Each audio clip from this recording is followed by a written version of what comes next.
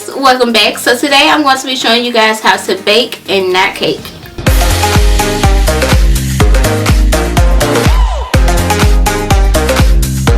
First thing that I normally do when I am baking is actually once I apply the concealer, I like to go in this powder here. This is the RCMA no color powder, and I like to just set that. Now I hate the packaging of this, so I just kind of take the top off and dip the brush in it because the packaging sucks.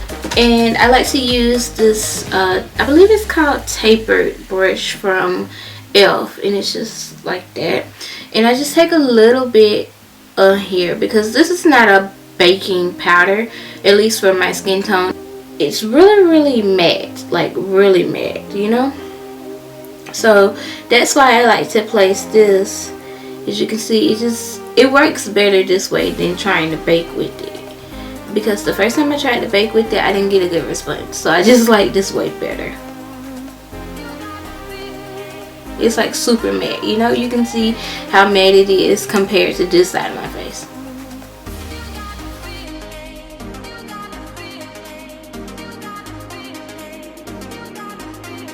And I basically take this powder and put it everywhere that I put my concealer, and this is just gonna help it because you know sometimes as soon as you put the concealer on it starts to crease, and then you have to go in and fix it and all of that.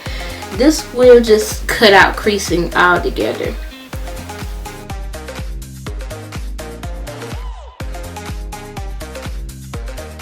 Okay, so once you have like pretty much the creasing part under control, then you can go in and bake. I like to go in with the SACHA buttercup powder, and I just use this to bake under my eyes, and this is going to give me like that yellow highlighted look, but at the same time not look too cakey or chalky or anything like that. I'm just going to take one of these cosmetic sponges, and I took the little pour out shaker thing that comes on top of these. I do that with all my powders because I like to be able to dip into my product, but I just take one of these little cosmetic sponges and dip it in here and then place it under my eye.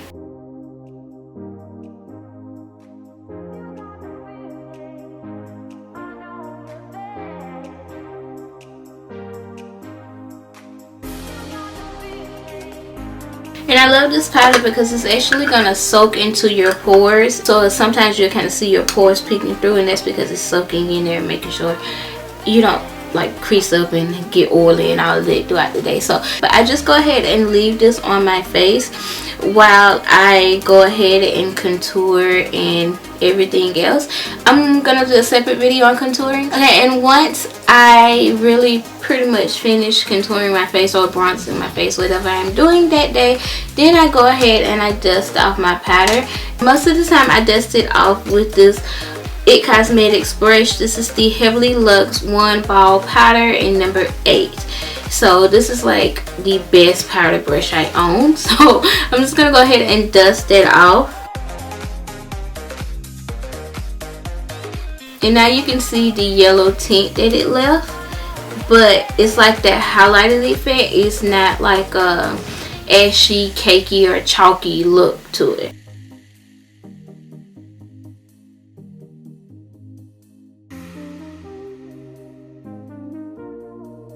Now to kind of finish off the whole baking aspect, I like to go in and set my entire face, and today I'm going to be using the L'Oreal Infallible Pro Matte powder. I really like this powder. My first time trying it was yesterday. I'm going to take that same powder brush that I used to dust this off, but my first time trying it was yesterday, and I just really liked it.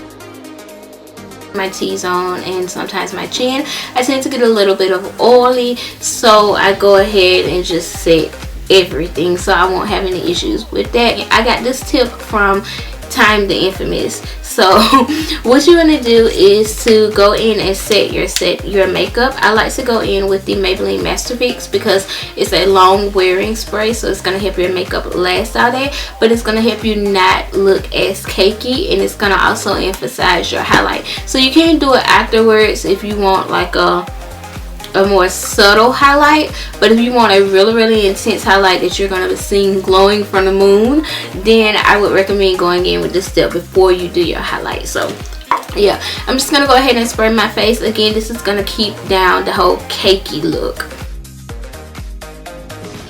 And once it dries, I just go ahead and add my highlight. So that's pretty much how you bake and not look cakey.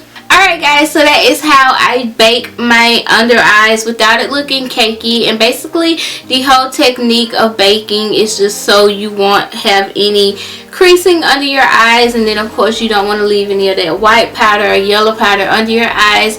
Then you'll start to look rough, it'll look bad. So I hope you guys enjoyed this video, and I hope you guys found it helpful. If you did, be sure to give it a thumbs up. Don't forget to like, comment, share, subscribe. I hope you guys are having an amazing day. Thank you guys so much for watching, and I'll see you guys in my next video. Bye guys.